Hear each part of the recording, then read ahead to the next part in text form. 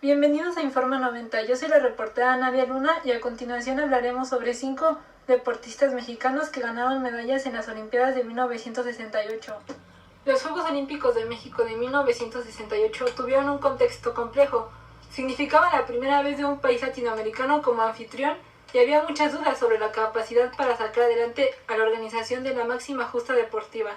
Sin embargo, y a pesar de todo el escepticismo, México logró que los Juegos fueran todo un éxito.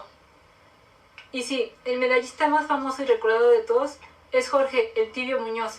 Sin embargo, hubo más atletas que se subieron al podio y que recordaremos a 52 años de haberse colgado un metal olímpico. Jorge "El Tibio" Muñoz, el oriundo de Aguascalientes, apenas tenía 17 años cuando sorprendió al mundo. En la prueba de 200 metros estilo pecho-braza, el juvenil nadador rompió todos los pronósticos y venció al gran favorito, el soviético Vladimir Kosinski.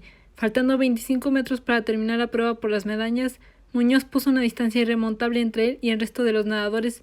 2 minutos 38 segundos fue el tiempo que registró para obtener la primera y única medalla de oro de natación para México en su historia. Ricardo Delgado. El boxeo es una disciplina que, históricamente, le ha dado buenos resultados a México en los Juegos Olímpicos. En 1968, estando en casa, no sería la excepción. Ricardo Delgado Nápoles, de 21 años, le dio una alegría a México cuando se subió a lo más alto del podio al coronarse en la categoría mosca de 48 a 51 kilogramos.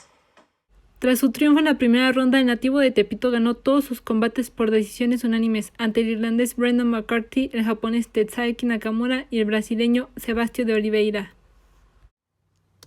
El capitalino Antonio Roldán tenía 22 años cuando alcanzó la gloria olímpica.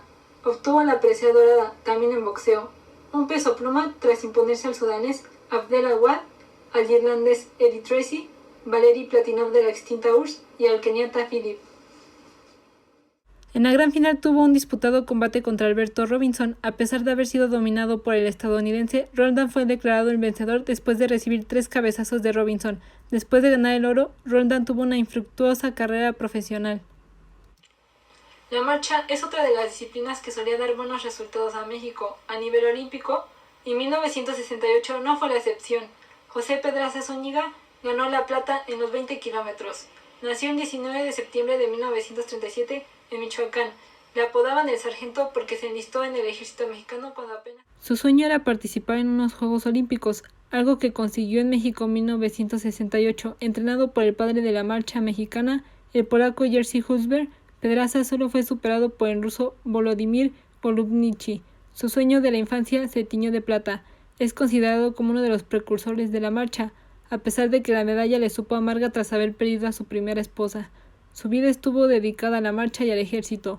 Pasó sus últimos años como entrenador de caminata en el Deportivo Hacienda y en promoción deportiva del Departamento del Distrito Federal. Falleció con el rango de capitán el 1 de junio de 1998 por un mal hepático.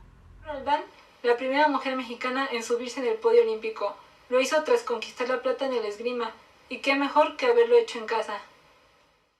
Nació el 18 de noviembre de 1939, se enamoró de Floret gracias al libro de los 3 mosqueteros de Alexandre Dumas. Con apenas 15 años empezó a competir internacionalmente. Apenas subió al podio para recibir la medalla de plata, sabía que había sido su último combate. Se retiró para dedicarse al hogar y al cuidado de sus hijos. Álvaro Gaxiola nació en Guadalajara el 26 de enero de 1937.